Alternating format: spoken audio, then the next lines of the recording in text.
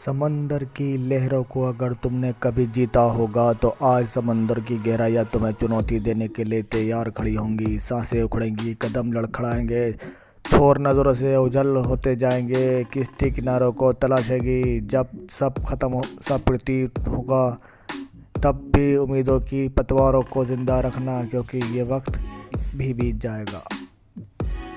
कहानी सुनने के बाद मेरे चैनल को लाइक और सब्सक्राइब और शेयर ज़रूर करते रहना।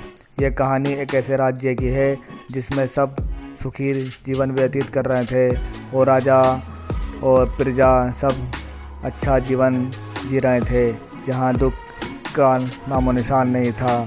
फिर एक दिन राजा ने अपने दरबार में सब मंत्री और वज़ीरों सबको बुलाया और उनसे एक फरमाइश की।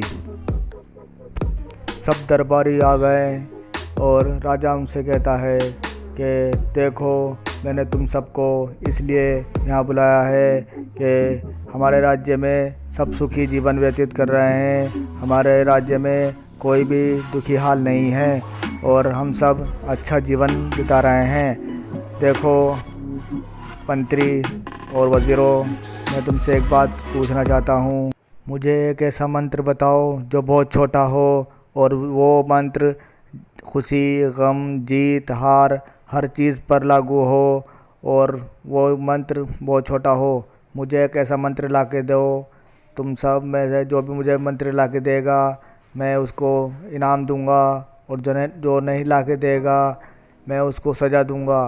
अब बताओ, यह चुनौती कौन स्वीकार करेगा? में से जो भी ये मंत्र लगा मैं उसे इनाम दूंगा। ये बात सुनकर वज़ीर जो वहाँ पास में बैठा था वो राजा से कहता है, मैं ये चुनौती स्वीकार करता हूँ। मैं तुमको वो मंत्र ला के दूँगा, लेकिन उसके लिए हमें टाइम चाहिए। हाँ, हमें उसके लिए थोड़ा टाइम चाहिए राजा जी। आप हमें कुछ दिनों का टाइम दीजिए ताकि हम में से कोई वो मंत्र ला के आपको दे। ठीक है, मैं तुमको 1 महीने का टाइम देता हूँ। 1 महीने के अंदर मुझे वो मंत्र ला के दो। जो भी पहले लेके आएगा मैं उसको इनाम दूंगा। जाओ, अब तुम सब जाओ। मुझे वो मंत्र हर हाल में चाहिए, चाहे जैसे भी हो, कहीं से भी हो, कितनी दूर हो, कितना भी टाइम लगे, लेकिन 1 महीने के अंदर अंदर मुझे वो मंत्र ज़रूर चाहिए। अब तुम ठीक है राजा जी, हम जाते हैं और वो मंत्र की हम तलाश करके आपको लाते हैं। हाँ, हम सब जा रहे हैं और वो मंत्र लेके आते हैं। अब तुम सब जाओ और उस मंत्र के साथ ही वापस आना। यह बात सुन के राजा की सब खड़े हो जाते हैं और दरबार से जाने लगते हैं।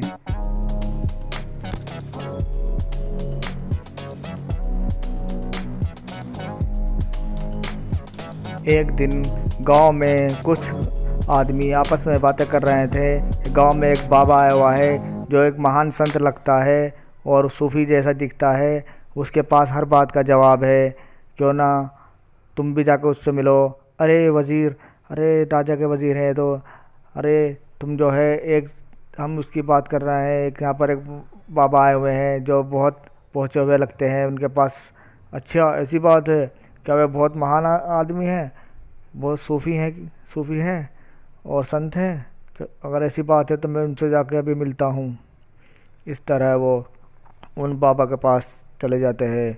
अरे लगता है यही वो बाबा हैं जो काफ़ी पहुँचे हुए लगते हैं। मैं इनसे राजा वाली बात बताता हूँ। बाबा जी, मुझे आपकी मदद चाहिए। मुझे राजा ने एक ऐसे मंत्र की तलाश करने के लिए कहा है जो सब दुख में, सुख में, मृत्यु में, जीवन के हर चीज़ में उसका उपयोग हो और वो ज़्यादा बड़ा भी ना हो, बहुत छोटा हो। मुझे बताएं।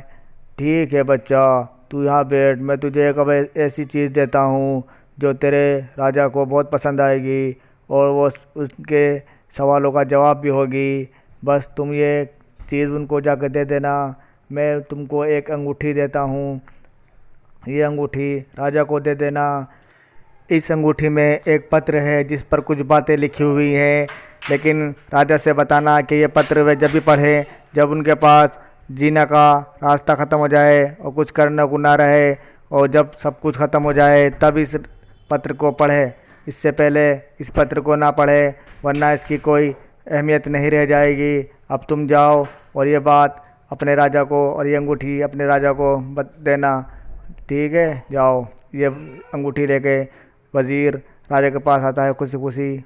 1 महीने बाद राजा कहता है, अरे मैंने तुमको एक मंत्र लाने को बोला था, कोई लाया है वो मंत्र जो मैंने बोला था? बताओ। तभी वज़ीर कहता है, हाँ मैं लाया हूँ, वो मंत्र मैं लाया हूँ। ये लाया हो तो लाओ, दो मुझे वो मंत्र, बताओ क्या मंत्र है वो, बताओ मुझे। ठीक है, अभी बताता हूँ। मैं आपको ये कुछ देना चाहता हूँ, अगर आप चाहो तो मैं आपको मुहैया कर देता हूँ। क्या है इसमें, बताओ क्या है? ये एक अंगूठी है। ये अंगूठी? कैसी अंगूठी? इस अंगूठी में क्या है? क्या इसमें कोई मंत्र है? बताओ मुझे, क्या इसमें कोई मंत्र है? ये तो एक अंगूठी है।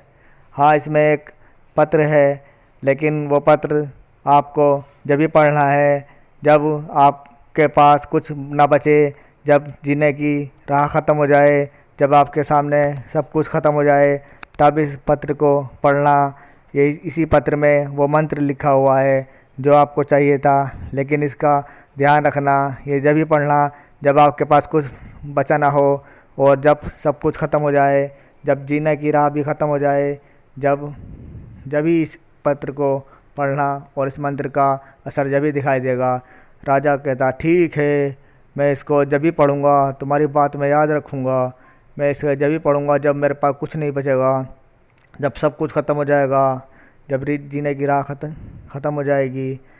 इस तरह कुछ टाइम बीत जाता है और एक दिन एक जंग होती है जिसमें राजा का सब कुछ ख़त्म हो जाता है और राजा वो जंग हार जाता है और राजा को अपना राज्य छोड़कर भागना पड़ता है। राजा के पीछे दूसरे राजा के सैनिक लग जाते हैं। राजा भागते भागते एक ऐसी जगह जंगल में पहुंच जाता है जहां पर उसको एक गुफ़ा दिखाई देती है।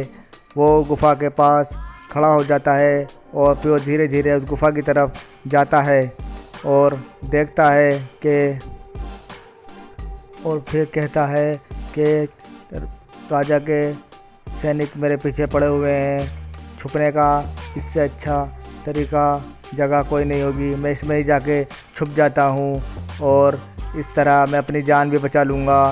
राजा थका हारा उस गुफ़ा में चला जाता है।